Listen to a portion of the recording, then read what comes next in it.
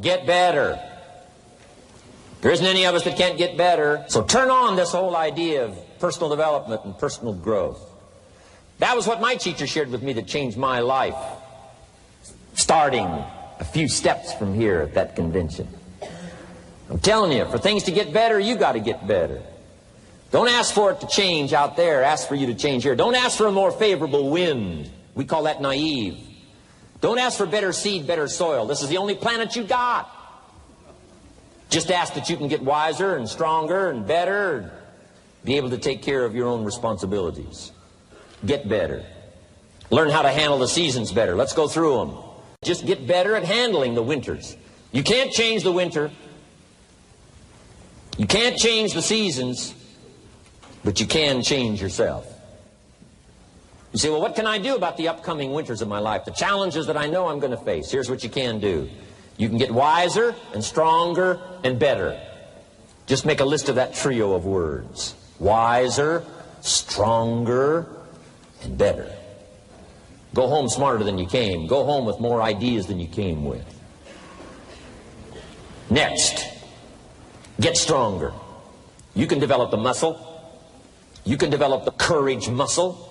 You can develop the inspiration muscle. You can develop the dedication muscle. You can get stronger. There isn't anybody here that can't get stronger. Next time we see you, may not even recognize you. How strong you're going to be able to become in language, in style, in personality, the ability to cope, the ability to handle with anything that happens, no matter what happens. And the third one is get better. We can all get better. I've gotten better. First talk I gave, I stood up, my mind sat back down. But here's the secret to my success. I stood up and did it again. I stood up and I did it again. And I did it again, and I did it again all those many years ago. I did it when I was scared, and I did it when I didn't want to, and I did it when I was ill. And I did it when it didn't work well, and I did it when they didn't appreciate it, and I didn't a lot of times when I didn't know much what I was doing. I just did it anyway. And now all these years later, I'm asked to walk on this stage with the greatest introduction I've ever had, greatest response and welcome I've ever had, the greatest opportunity I've ever had to touch this many lives with a mixture of words and heart and soul. I got better. I got better day by day and week by week and month by month. And I'm asking you to do the same thing until you can develop a long arm and a long reach, until you can develop influence that won't quit. Touch people next year you couldn't touch this year. Touch people now you couldn't touch before. Conduct a meeting now you couldn't conduct before. Heart and soul now mixed in there that wasn't there, missing before.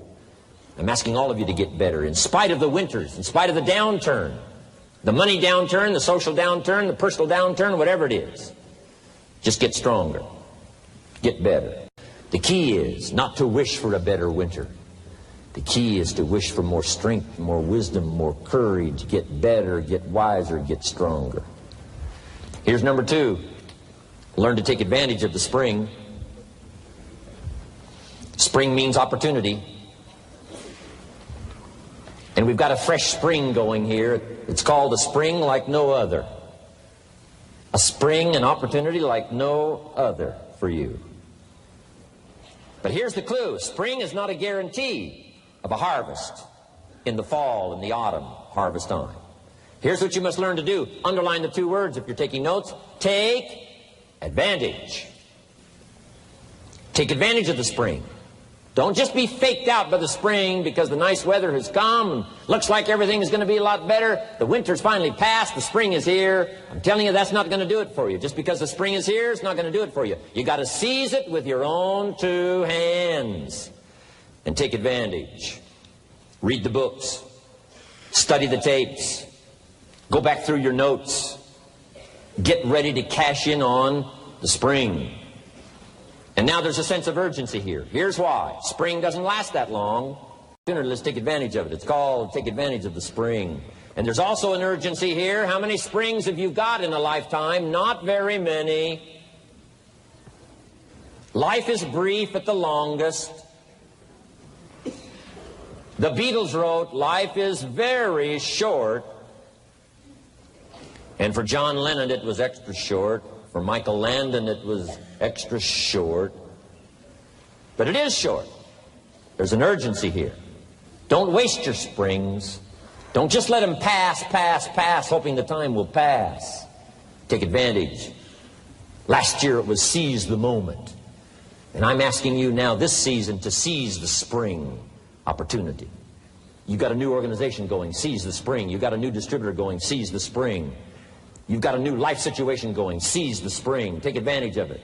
Don't let it pass without giving it the best of your two hands and your attention. Number 3, first, learn how to handle the winter. Second, take advantage of the spring. Number 3, in the summer, learn to nourish and protect. We've got some major challenges now come summertime. One is to nourish our values, take care of them, feed them. Don't let them go hungry. Don't let them go wanting in nourishment and care. And then here's something else we've got to do in the summer. Defend ourselves against the enemies. Summertime is a unique time. It's a time of opportunity. It's also a time of challenge. But whatever threatens you, I'm asking you to threaten it back. Take care of your responsibility, but don't take anything off of anybody. Somebody wants to destroy your chances for a good future by their negative talk, negative thinking, putting it all down. I'm telling you, walk away if you have to. Walk away. Whatever threatens you, threaten it back. Whatever threatens your opportunity, threaten it back. Now, some of our enemies are on the outside, but here's the most important thing to understand. Some of our enemies are on the inside. Let me give you a quick list. Indifference. You got to do battle with your own indifference. Boy, it's easy to coast, especially if you've accomplished something, extraordinary. Now, somebody says, I got to relax. Here's the key. Not too long. The weeds will take all you plant if you rest too long. Don't rest too long. Indecision. You got to make those decisions. The ones that don't turn out to be good gives you experience to make better decisions. Don't let much time go by without making some decisions. The ones that you can make quickly, make them quickly. The ones that take time, take your time. But get those decisions made. Don't let indecision be an enemy, rob you of the future, empty your bank account, leave you with zero in the purse. Don't let that happen. The next one is doubt. Sure, there's doubts on the outside. People doubt that America's going to make it. People doubt that Europe's going to make it. People doubt that Russia's going to make it, that Poland's going to make it, that Czechoslovakia's going to make it. They doubt the whole world is going to make it. But I'm asking you not to pick up all those doubts. I'm asking you to have some faith, have some courage, believe, drive your doubts into a small corner. Don't let them loose like a mad dog, drive you into a small corner. Don't doubt the future. Don't doubt the possibilities. Don't doubt the extraordinary gifts that your distributors bring to your organization. Don't doubt that. And here's the most important one of all. Don't doubt yourself. If I've got miracle working power to change my life, so do you. If I've got the ability to change, so do you. If I've got the ability to read, so do you. If I can discover, so can you. If I can grow, you can grow. If I can develop, you can develop. If I can get an invitation like I got 6 years ago, help take something around the world, so can you. If I can stand on this platform, Idaho farm boy raised in obscurity, so can you. If the millionaire team can do it, president's team can do it, walk off with the diamonds, the trophies, so can you. I'm asking you, don't sell yourself short. We haven't sold you short. That's why Mark, Larry, and Dr. Katzler and I have decided to invest a big share of our life these 4 days in being with all of you. If we didn't think you were worth it, we wouldn't have showed up. We don't need to conduct another meeting. We don't need to walk on another stage. We don't need to get up early like we get up. Don't need it. Except for the challenge and the opportunity to invest in this many people's lives. Who wouldn't get up early? To have a chance to work miracles and invest in this many people's lives and help turn the world upside down for better nutrition called Herbalife. To a lot of people, ambition is kind of a mystery. The dictionary says it's an eager desire for distinction, power, or fame. But what does that really mean? Well, let's start with the word eager. All by itself, eager is kind of exciting. Kids are eager for their birthday parties. They expect to be the center of attention, get lots of presents, eat too much. I guess grown-ups are eager for birthdays too. Unless, of course, they're embarrassed that the number of candles on the cake outnumber their achievements. But we can be eager to see a ball game, eager to see our kids in a dance recital, eager to see an old friend, eager to shop for a new car. Eager sounds like a lot of fun. But do you ever hear people say they are eager to live a better life, eager to have a better family, eager to make a lot of money? Probably not. And that's a problem. Because how I see it, living a better life, having a better family, and making a lot of money takes an eager desire. We have the remarkable ability to get exactly what we must have. But there is a difference between wishes and desires. We've all heard people say, "Oh, I wish I could just drop 5 pounds. I want to be a little lighter." And we've probably said it ourselves, especially after a big holiday dinner of turkey and homemade pie and every other thing we can possibly stuff ourselves with in one 8-hour period of time. And even though we may wish we could breathe a little easier in our clothing, we have to have the desire to exercise a little more and eat a little less. The "I wish I could lose weight" has to become, "I have the eager desire to lose weight." I'm also sure you've heard people talk about wishing they had more money to pay the bills, or take a vacation, or just to take a little pressure off of life. But before their lifestyle can change, their wish needs to become a desire. If they really desired change, they wouldn't spend their evenings just watching TV and wishing they were doing something more. The backbone of an eager desire to change is discipline. True ambition is disciplined, eager desire. It's that little part within us that says, if I want to be ready for that meeting tomorrow, I need to finish preparing for it today. If I want to make sure I can pay for my kids' college education, I need to start saving today. If I want a better life tomorrow, I need to start working on it today.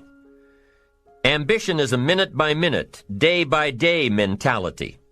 To have the ambition to work towards a better family life, a newer car, a bigger house, a financially secure future, you have to live it every moment. If living a successful life was easy, I'm sure more people would be successful. If just being ambitious was enough, I'm sure all of the broke and perplexed people in the world wouldn't be broke and perplexed. While most people spend most of their lives struggling to earn a living, a much smaller number seem to have everything going their way. Instead of just earning a living, the smaller group is busily working at building and enjoying a fortune. Everything just seems to work out for them. And here sits the much larger group, wondering in awe on how life can be so unfair, complicated, and unjust. So what's the major difference between the little group with so much and the larger group with so little? Despite all the factors that affect our lives, like the kind of parents we have, the schools we attended, the part of the country we grew up in, none has as much potential power for doing good as the ability to dream. Dreams are a projection of the kind of life we want to lead. Dreams can drive you. Dreams can make you skip over obstacles. When we allow our dreams to pull us, they unleash a creative force that can overpower everything in our way. To unleash this power, though, your dreams must be well defined. A fuzzy future has little pull power. Well-defined dreams are not fuzzy. Wishes are fuzzy. To really achieve your dreams, to really have your future plans pull you, your dreams must be vivid. One of the issues Mr. James dealt with in his lifetime was, what does it mean to be a success, a significant person? After years of pondering this question, William James described success as a combination of two things. Number one, an inner ideal which is followed persistently with courage. And number two, outer achievement related to that ideal. Let's go back to number one, an inner ideal which is followed persistently with courage. I take that to mean defining a goal and having the resolve to complete it. No matter what, I'll do it or die. Promise yourself you'll read the books until your skills change. Go to the seminars until you get a handle on it. Do it until it makes sense. Practice it until you've got it right. Don't give up until you get where you want to be, however long that is. Step by step, piece by piece, book by book, seminar by seminar, do it until. Go for it. Until is a very important word. It's magic. It means that you'll never give up. Don't miss the chance to grow, to pay the price. Until you learn, change, grow. You'll discover some of life's great treasures when you pay that price. William James' second part to success dealt with the outer achievement related to that ideal. You need both aspects to really be a success. But what Dr. James realized about his philosophy of success was that the first part is indeed more important than the second. Going for it. As long as you're working toward your inner goal, your dream, then success is possible. But once you give up your inner vision, then you can never become successful. You never will become successful. Until doesn't even matter. Now, maybe the person who's been working on a project for 10 years can be successful in his own right, if he's honestly working toward it, doing everything to make himself worthy of reaching the dream, really happy with where he is, doing it until. Then maybe he is a success. It's a personal thing, going for it one step at a time. Going for small accomplishments along the way for however long it takes. So let's think about this for a moment. What outside evidence or results or proof can be seen when you accomplish your goals one step at a time? You'll start to see things change around you, little things, not major things, but little everyday things, things you may not even notice unless you are paying attention. If you're one of those who'd rather stay up late and get up late, only to discover that your workplace doesn't fit your schedule, and you roll out of bed cursing the alarm clock every morning, maybe you could start with the little change of going to bed half an hour earlier than normal. And maybe you'll see, in time of course, you can't train your body overnight, maybe you'll find out that you jump out of bed in a better mood, and that your day will start better, and that you'll get more done, and that the people around you that caused you problems aren't so hard to work with after all. It all starts by making one little change and adding to it every day. You see, you can't change what's going on around you without first changing what's going on within you. Start changing how you look at mornings, and sure enough, people will start changing how they look at you. When you start changing how you think, how you act, how you treat others, how you treat yourself, when you start responding instead of reacting to life, life will start responding to you. I'm telling you that you can do it with your lifestyle. You can do it with your sales career. You can do it with your management career. You can do it with any part of your life. You cannot believe what can happen in such a short period of time. So you ask yourself, what small changes can I start making today? Well, you can start in your car on your way to work. If you're sitting on the highway, stop-and-go traffic, moving at about 15 miles per hour tops, look at the guy or the lady sitting next to you and give them a smile, or thumbs up, or even wave. Now, some people might think you're a little strange, but hey, you'll feel better. And tomorrow, when you get into the office, how about a big cheery hello to the people at the front desk, and everyone you see on the way to your office? And when you get home tonight, how about giving your wife or husband and kids big hugs instead of collapsing on the sofa? When you start with the little things that make others happy, improve their day, you'll find that these little things add up to big ones. So what happens when you start taking charge of your own personal happiness, your own life? Do you think that these little things will somehow make a difference in meeting your goals? You bet they will. You can't do it alone. You can't be successful by yourself. It's hard to find a rich hermit, you know. The ambitious person realizes that each of us needs all of us. You all by yourself may have finalized the company's marketing plan, or finished up the sales projections, or even wrote the mission statement for the year to come.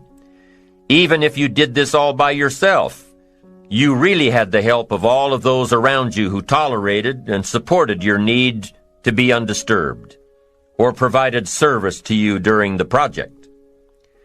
Maybe you should thank those people every once in a while with a dinner certificate or a bouquet of flowers. After all, without your support team, you probably wouldn't be where you are today. You can't be successful by yourself, so thank them. Thank those around you, and let them know just how important they are to you. Be it your office personnel or your family or your friends, a thank you sure goes a long way. You don't have to worry about the winds that will most certainly blow around you, the obstacles, the negativity that will stand in your way. You don't have to worry about what other people will say. You just have to keep your mind on your course.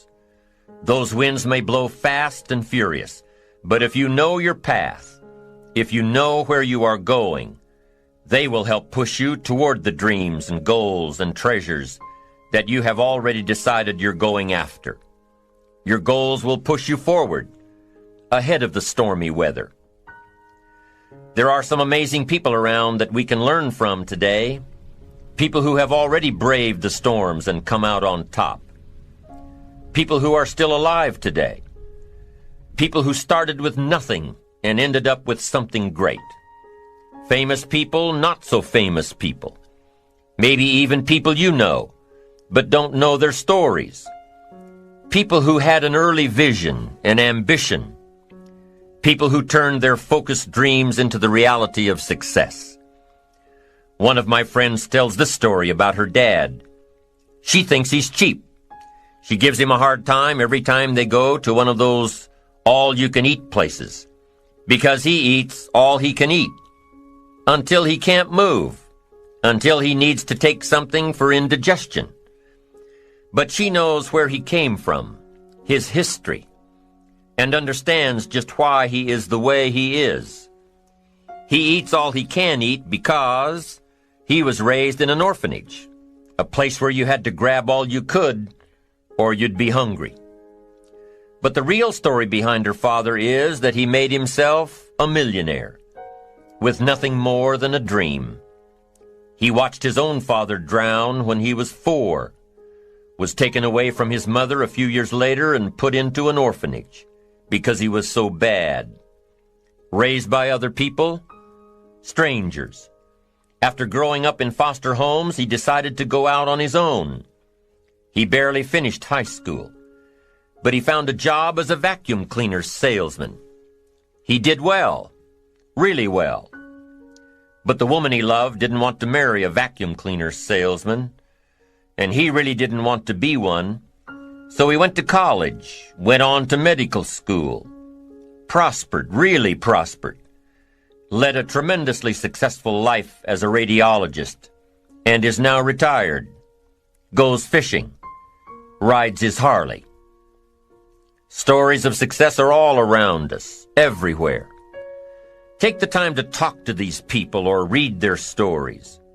You might learn something. You might find out that they have already traveled the path you are now on. Many of these people have written books on their journeys. These books tell the stories and give the secrets that we can all learn from.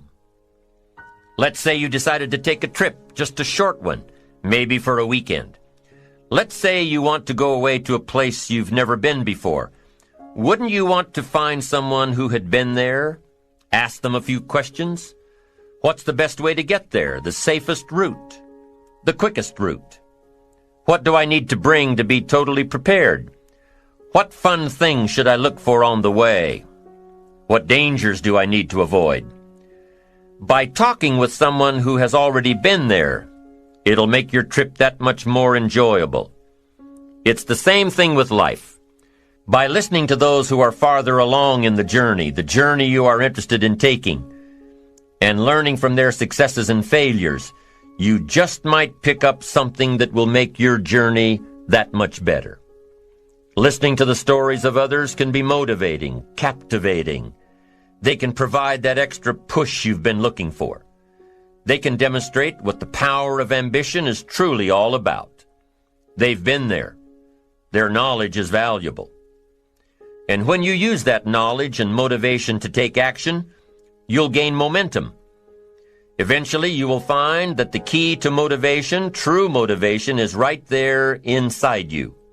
You won't have to look elsewhere to get pumped up, turned on, charged up. With the right knowledge behind you, you will learn how to motivate yourself. With the right knowledge, you will find yourself becoming inspired on your own. And in order to move forward, you must be motivated, inspired, ambitious. You must have dreams and goals that create ambition, good ambition, positive ambition. Now, ambition does not mean being greedy. It does not mean being selfish. It does not mean getting ahead at the expense of others. Ambition is not greed. Ambition is not avarice, an all-consuming desire for wealth. Ambition is not hoping you can win at the expense of others. Do you suppose Judas was ambitious? He ended up with 30 pieces of silver, a fortune in those days. Was Judas successful because he had all that money? No, Judas sold out. Was Judas happy when it was all over with?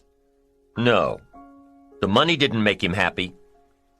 What he did to get the money certainly didn't make him happy. What Judas became in the pursuit of his fortune caused him to end his own life. What drove him was not ambition. Ambition is not greed. Ambition is an eager desire to achieve, an eager desire to get ahead in life, to do more for your family, to prosper in health, wealth, and relationships. Now, desire does not always translate into ambition. Desire is what you want for yourself. A bigger house, a better car, a fatter bank account, a better life. I desire to have these things. Ambition is how you get there. Desire is sometimes healthy. Desire is sometimes unhealthy. Desire might say, I want the tallest building in town.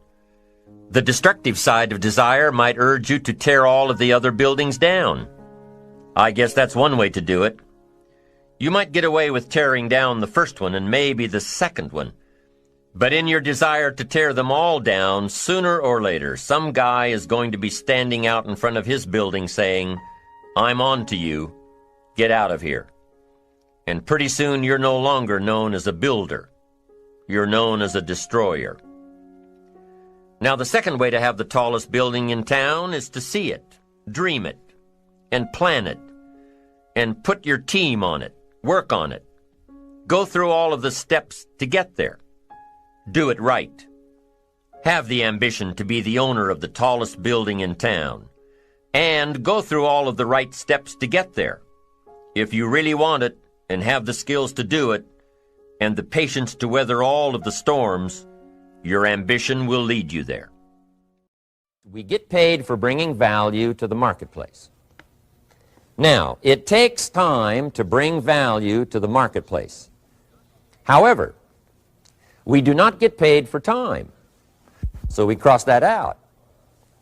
Mistakenly, the man says, I'm making about $20 for an hour. Not true. If that was true, you could just stay home, right, and have him send your money. So that's not true. We don't get paid for time. We get paid for value brought to the marketplace. Now, since that's true, here's one of the key questions of my talk to you today. Is it possible to become twice as valuable to the marketplace and make twice as much money in the same time? Is that possible? The answer is yes. Could you become 3 times as valuable as you might be right now to the marketplace and make 3 times as much money? in the same time? And the answer is yes. 5 times, 10 times? Of course. America is unique. It's a ladder to climb. It starts down here, let's say, at $5 an hour, and it keeps going up. Top income last year, $80 million. The guy who runs Coca-Cola. Now, that's a heck of a ladder. That's why everybody wants to come here, right? The boat people are not headed for Vietnam. People haven't plotted and schemed for 50 years saying if I could just get to Poland, everything would be okay. Not true. Everybody wants to come to America. And the reason is because we've got the best wind ever blowing in our favor. We've got the best economic opportunity anybody's had in 6,500 years. And all you have to do is understand it and take advantage of it. Now, there's some key questions to ask here. Why would the marketplace pay someone only $5 an hour? Very simple answer. They're not very valuable to the marketplace. Now, we must underline to the marketplace. This person might be a very valuable brother, yes. Member of the family, valuable, yes. Valuable member of the church, of course. Valuable citizen of the country, yes. Valuable in the sight of God, no doubt. We're all of equal value in the sight of God. But if you're not very valuable to the marketplace, you don't get much money. You say, well, it shouldn't be that way. Well, then you got to start your own country. You know, this one's been in process for 200 years, and this is the best we've been able to come up with so far. But here's the key. You don't have to stay here. Now, there was a big debate in Congress last year that this $5 was not enough, should be 6, should be 6, should be 6. But we don't need legislation. 6 is already on this ladder. The next step up. You know, if you work for McDonald's, they'll pay you $5 an hour to take out the trash. If you whistle while you take out the trash, they'll pay you $6 an hour. So we don't need that legislation. You just need to take lessons on how to whistle. Have a good attitude. Now, as you begin to climb this ladder, why would the marketplace pay some people $50 an hour? Answer, evidently, they must be more valuable to the marketplace. 10 times more valuable. And is that possible for someone to be 10 times more valuable and earn $50 an hour instead of 5? And the answer is yes. That's what America is all about. Now, why would the marketplace pay some people $500 an hour? Evidently, this person must be much more valuable to the marketplace. That's what's important to understand, to the marketplace. And would the marketplace pay one person $80 million for 1 year's work? And the answer is, of course. If you helped a company make $1 billion, would they pay you $80 million? I'm telling you, it is possible. And that's why America is so exciting. That's why this financial ladder is so exciting. It's possible for all of this to come true for all of you, no matter where you start. As a student in school, just getting started out there in the workplace, this is all possible for you. Now, Mr. Schoaf gave me the clue on how to climb this ladder as high as I wanted to climb. Now, we're talking primarily economics here. There's a lot of other ways to become valuable to your family, valuable to your friends, valuable to the community, valuable to the team, right? Valuable to the team effort, valuable to the concert. But here's what he said to me. In climbing this ladder economically, all you have to do is work harder on yourself than you do on your job. Once I heard that, it made sense to me. I kept hoping that everything else would change around me, found out that if I went to work on myself, worked on my skills, worked on my language, if I became better than I was each year, if I grew in skills and language and vocabulary and competence, then I would become attractive to the marketplace. Not very long ago, a company called me and said, Mr. Rohn, we're expanding internationally. We'd like to have a bit of your expertise to help us. Would you give us a bit of your time? We'll add some millions to your fortune. And I said, okay. And I thought later, isn't that interesting? They would call me. Then my second thought was, of course they'd call me. Who else would they call? I can get the job done. Now, what a contrast for me, farm boy from Idaho, raised in obscurity, parents of modest means, broke when I was 25. How come I would get a telephone call and someone offer me a lot of money to help them in expanding around the world. Simple answer, evidently, something happened to me between age 25 and where I am today. And I can tell you where it all started. From my teacher, Mr. Schoaf, who said to me, we don't have to change what's going on out there. That's the wind that's blowing. All we have to do is change what's going on in here. And now there's several ways to do that on personal development. And let me give you those ways. Here's the first one. We must learn from personal experience. Pretty simple. Learn from what happens to you. Take a look back over the last few months. Did you make some mistakes? How could you correct those for the future? Take a look back over the last year. Have you done it right or done it wrong? Let's correct it for the next year. Learn from your personal experience. Mr. Schoaf asked me when I first met him, he said, Mr. Rohn, how are you doing? You've been out there now 6 years. And I said, I'm not doing very well. He said, I suggest you not do that anymore. What a simple, swift analysis to my situation. He said, if you keep doing it, the next 6 years will be like the last 6. You don't want that to happen. Let's make the changes. So learn from your personal experience. Now here's number 2, why I came to share this video experience with you today. And that, I call it OPE, other people's experiences. That's me, other people. That's your teacher, other people. That's your friends and colleagues, other people.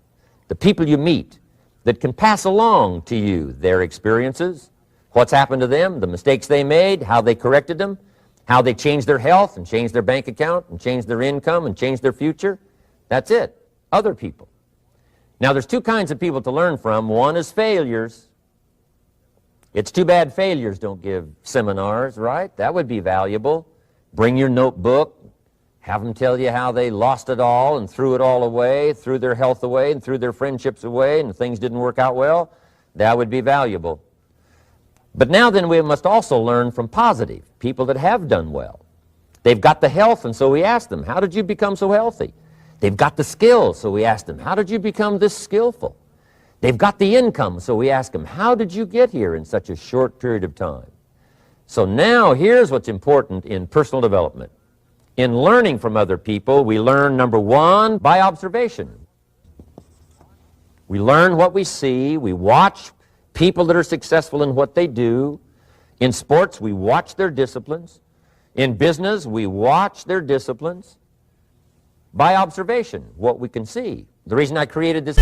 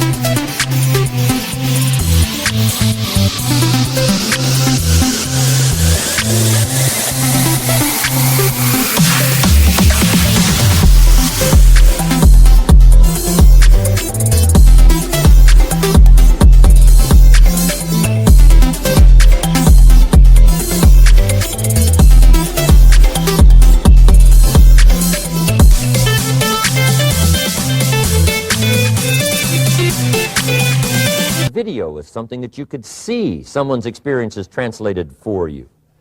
Second, we learn by what we hear. I've got some of my lectures on cassette tapes, so you can take them with you wherever you go and learn by listening. Turn your car into a mobile classroom and listen. And then listen to the sermon on Sunday morning. Listen to the lectures. Listen to the teacher. Listen to someone who's got something good to say. And then number 3 is vitally important on personal development, and that is read all the books you can possibly read in your lifetime. Mr. Schoaf got me started on my library. I've got one of the better libraries. Haven't read everything in it, but I feel smarter just walking in it, my library. At least I was smart enough to buy it. Now I got to be smart enough to read it. And then, of course, I got to be smart enough to decide what's valuable and then do it. But this one is very important. Become a good reader. Some books that helped change my life. Mr. Schoaf recommended, of course, the Bible. And my parents made sure I was a pretty good scholar by the time I was 18. That's been so beneficial for me, drawing from those illustrations, reading about those stories, people who made it and people who didn't make it, and what the difference was. And then other books that helped to really change my life. One called Think and Grow Rich by Napoleon Hill. And then a book that helped me become financially independent by the time I was 31. And that book is called The Richest Man in Babylon by George Clason. And I'm going to share a little bit of that book with you when I get to financial independence today, our third subject. But I started reading the books, attending the classes, making sure that I got in front of people that had something good to say. And then I started keeping a journal. One of the major things my teacher taught me was to keep a journal. He said, don't trust your memory. If you hear something good, just make a little note and write it down. Now, at first I took, notes on pieces of paper and torn off corners and backs of old envelopes. And it didn't serve me well, thrown in a drawer. Then I learned to keep a journal, a bound copy of all my notes. So I would suggest you do the same. Things that impress you, a poem that impresses you. When you attend a class, some of the ideas that impressed you, jot them down. You read something in a magazine, right? Some ideas, take those out, put them in your journal. Keep a good journal the rest of your life. This will serve you well. My journals make up a significant portion of my own library. And if you saw my library and saw my journals, I tell you what you'd have to say. This is the library, and these are the journals of a very serious student. No wonder Mr. Rohn is invited to lecture and speak on his experiences around the world.